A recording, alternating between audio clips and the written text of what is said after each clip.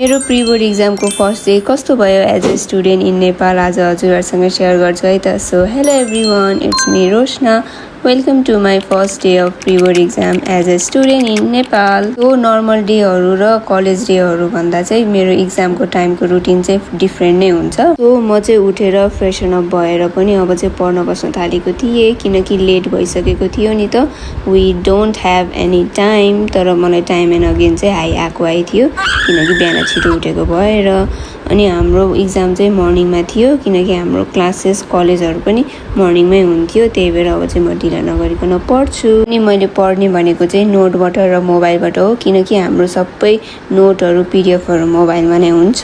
र त्यसपछि म चाहिँ कलेज जानको लागि ढिला नगरिकन रेडी भएँ र कलेज पुगेर एक्जाम पनि दिइसकेको थिएँ। अनि हामी चाहिँ क्लासबाट बाहिर निस्केर डिस्कस गर्दै थियौँ। अनि यो चाहिँ हाम्रो कलेजबाट देखिने भ्यू, यस्तो दामी भ्यू देखिन्छ कि कलेजबाट चाहिँ हाम्रो।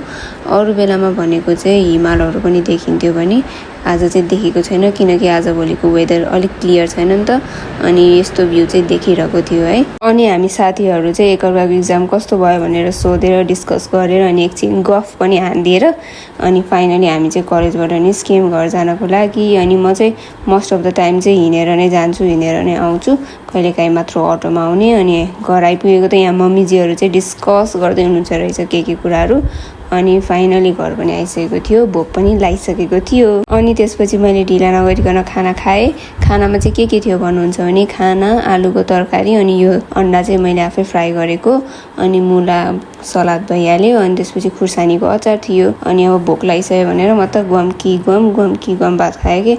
अनि यो अन्डा फ्राई गरेको चाहिँ मलाई एकदम मनपर्छ कि, यस्तो मिठो हुन्छ अनि खाना पनि यति धेरै रुच्छ कि यति धेरै। अनि त्यसपछि खानासाना खाइसकेपछि अनि यो चाहिँ थियो हाम्रो एक्जामको क्वेसन पेपर। यो पालिको एक्जामको क्वेसन पेपर चाहिँ A4 साइज पेपर जत्रो नै निकाल्नु भएको थियो कि हाम्रो कलेजले चाहिँ। अनि मेरो एक्जाम चाहिँ कस्तो भयो भनेर सोच्दै हुनुहुन्छ भने चाहिँ ठिकै भएको जस्तो लाग्छ मलाई चाहिँ, किनकि त्यस्तो राम्रो वाउ पनि होइन, त्यस्तो नराम्रो छ्या पनि होइन, ठिकै भएको थियो, एभरेजै भएको थियो जस्तो लाग्छ। किनकि मलाई आउने जति क्वेसनहरू आउने जतिहरू चाहिँ मैले सबै गरेको थिएँ। अब आई डोन्ट नो कस्तो हुन्छ भनेर।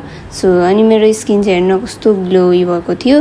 अनि मेरो स्किन केयरको भिडियो चाहनुहुन्छ भने चाहिँ do let me know in the comment. अनि त्यसपछि मैले क्विक सावर लिएँ किनकि आजभोलिको मौसम यति गर्मी छ नि त, त्यही भएर सावर लिएर मलाई चाहिँ कम्फर्टेबल लाग्ने कपडामा चेन्ज गरेँ मैले। अनि घर बस्दाखेरि चाहिँ मलाई जुन कपडा कम्फर्टेबल लाग्छ त्यही कपडा लगाउँछु मैले चाहिँ। र त्यसपछि चाहिँ म एकछिन सुतेँ किनकि दिउँसो सुतेन भने बेलुका पढ्ने बेलामा चाहिँ निन्द्रा लाग्छ मलाई। सो या आजको लागि यति नै। See you in my second day of pre board exam. Thank you for watching. By.